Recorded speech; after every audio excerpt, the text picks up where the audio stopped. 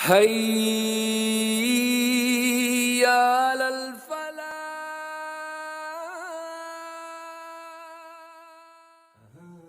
السلام علیکم دوستوں، ویلکم ٹو دا یونائٹڈ امہ چینل۔ آج کی اس ویڈیو میں ہم جانیں گے ہمارے پیارے نبی رحمت للعالمین حضرت محمد مصطفیٰ صلی اللہ تعالیٰ علیہ وسلم کی چھوٹی سی زندگی۔ یقیناً ہم سب مسلمان جانتے ہیں کہ ہمارے پیارے نبی اللہ تعالیٰ کی آخری نبی اور رسول تھے۔ ہم سب مسلمان انہی کی امت ہے۔ نبی علیہ السلام کو اللہ تعالیٰ نے اس دور میں بھیجا جب اس دنیا میں لوگوں کی زندگیوں میں بے شمار اندھیرا اور جہالت تھی۔ نبی علیہ السلام نے اللہ تعالیٰ کے حکم سے اس جہالت بھری دنیا کو نور سے بھر دیا۔ عورت، غلام، باندھی، ماں باپ، بیٹیوں، اولاد، یہاں تک کہ بے زباں جانوروں تک کے حقوق ہمیں بتائے، اور خود کمزوروں کا سہارا بنے۔ یتیموں اور مسکینوں کے سر پر ہاتھ رکھا اور مالداروں کو سمجھایا کہ اللہ تعالیٰ کی راہ میں زیادہ سے زیادہ خرچ کرنے سے اللہ تعالیٰ ان سے کیسے خوش ہوتا ہے۔ نبی علیہ السلام کی باتوں پر لوگ یوں عمل کرنے لگے کہ ایک انسان جو اپنی طاقت کے گھمنڈ میں لوگوں کے حقوق مارا کرتا تھا، وہی انسان لوگوں کو ڈھونڈ ڈھونڈ کر ان کا حق پہنچانے والا بنا۔ جو انسان خود کو اور دوسروں کو تکلیف اور نقصان پہنچاتا تھا، وہی انسان مددگار اور نفع پہنچانے والا بنا۔ دنیا سے زیادہ آخرت کی تیاری میں لگنے لگے لوگ۔ نبی علیہ السلام کی پیدائش 571 عیسوی میں سعودی العرب کے دیش میں ربیع الاول مہینے میں حضرت عبداللہ اور بی بی آمنہ کے گھر ہوئی۔ جب نبی علیہ السلام بی بی آمنہ کے پیٹ میں تھے، تبھی ان کے والد عبداللہ کی وفات ہو گئی۔ نبی پیدا ہوتے ہی ان کے دادا جی عبد المطلب نے ان کا نام رکھا محمد، جس کا مطلب ہے تعریف کے قابل۔ محمد ایک ایسا نام ہے جو کہ نبی علیہ السلام کی پیدائش سے پہلے کبھی کسی کے لیے استعمال نہیں کیا گیا تھا۔ جب حضور علیہ السلام 6 سال کے تھے، ان کی ماں بی بی آمینہ کا انتقال ہو چکا اور یہاں سے ان کو ان کے دادا جی عبد المطلب نے پالا۔ جب آپ 8 سال کے ہوئے تو ان کے دادا جی کا بھی انتقال ہوا۔ یہاں سے انہیں ان کے چاچا عبد المطلب کے بیٹے انہوں نے پال پوس کر بڑا کیا۔ بچپن سے ہی نبی علیہ السلام نیک اخلاق، ایماندار، سچے اور وفادار تھے۔ ان کی سچائی اور ایمانداری کی وجہ سے مکہ کے لوگوں نے انہیں 2 نام مقرر کیے، الصادق یعنی کہ سچا، اور الامین یعنی کہ ایماندار۔ نبی علیہ السلام 12 سال کی عمر سے ہی اپنے چچا کے ساتھ تجارت پر جایا کرتے تھے، یعنی کہ بزنس کرنے ایک شہر سے دوسرے شہر جایا کرتے تھے۔ اس طرح بڑی ہی کم عمر میں نبی علیہ السلام ایک سچے اور ایماندار تجارتی بنے۔ جب ان کی عمر 25 سال کی تھی، یوں ہی ایک دن تجارت کرتے سمے ایک خاتون کو ان کا تجارت کرنے کا انداز بڑا ہی پسند آیا، جس میں سچائی اور ایمانداری تھی۔ وہ خاتون عمر میں 40 سال کی تھی اور بڑی ہی مالدار تھی۔ اس خاتون کو نبی علیہ السلام بڑے ہی پسند آئے۔ عمر میں نبی علیہ السلام سے کافی بڑی تھی اور ایک بیوہ بھی تھی۔ اس کے باوجود اس خاتون نے نبی علیہ السلام کو رشتہ بھیجا اور اس طرح سے وہ خاتون نبی علیہ السلام کی پہلی بیوی بنی، جن کا نام تھا بی بی خدیجہ رضی اللہ تعالیٰ عنہ۔ حضرت خدیجہ رضی اللہ تعالیٰ عنہ اپنی ساری مال و دولت چھوڑ کر نبی علیہ السلام کے ساتھ ایک سادگی بھری زندگی بتائی۔ نبی علیہ السلام جب 40 سال کے ہوئے، تب ان پر جبریل علیہ السلام نامی فرشتے ذریعے اللہ تعالیٰ نے اپنی پہلی وحی نازل کری، وحی یعنی کہ قرآن کی آیت۔ جبریل علیہ السلام سارے فرشتوں کے سردار ہیں، اور یہیں سے قرآن کی آیتوں کے نازل ہونے کا سلسلہ شروع ہوا۔ نبی علیہ السلام نے یہاں سے اپنی ساری زندگی اللہ کے پیغام یعنی کہ اللہ تعالیٰ کی آیتوں کو لوگوں میں پھیلانے کا کام کیا۔ نبی علیہ السلام کے بعد اللہ پر اور اس کے رسولوں پر ایمان لانے والے پہلے لوگوں میں سب سے اول نمبر پر آتے ہیں بی بی عائشہ رضی اللہ تعالیٰ عنہ۔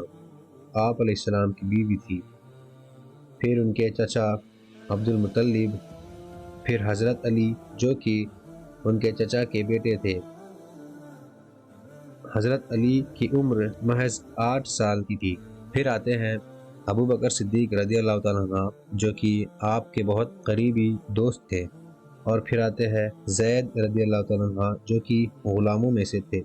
دیکھتے ہی دیکھتے ایمان والوں کی تعداد شہر مکہ میں بڑھنے لگی اور یوں ہی پوری دنیا میں۔ نبی علیہ السلام کے اخلاق کی اگر ہم بات کریں تو یہ معلوم ہوتا ہے کہ ان کے جیسا صبر کرنے والا نرم مزاج انسان ان کے علاوہ سارے عالم میں نہ کبھی کوئی تھا اور نہ ہی کبھی کوئی ہوگا۔ نبی علیہ السلام اکثر خاموش رہا کرتے اور فضول باتیں کرنے سے بچا کرتے تھے، یعنی بے وجہ بات نہ کرتے، اور جب بھی بات کرتے ان کی باتوں میں بہت مٹھاس ہوتی، تلخی اور کڑواہٹ ذرا بھی نہ ہوتی۔ لوگ ان کو سننا بڑا پسند کرتے تھے، ان کی باتوں سے لوگوں کا دل خوش ہو جاتا تھا۔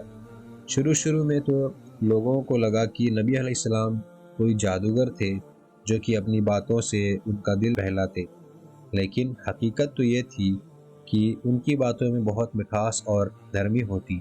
نبی علیہ السلام وقت کے بڑے پابند تھے، انہوں نے اپنی زندگی کی ساری نمازیں وقت پر ادا کری، سوائے ایک بار نماز عصر کے جو کہ جنگ کی وجہ سے قضا ہوئی۔ نبی علیہ السلام ہمیشہ سچ اور انصاف کی باتیں کرتے، بڑوں کا احترام کرتے اور بچوں سے بے شمار محبت کرتے۔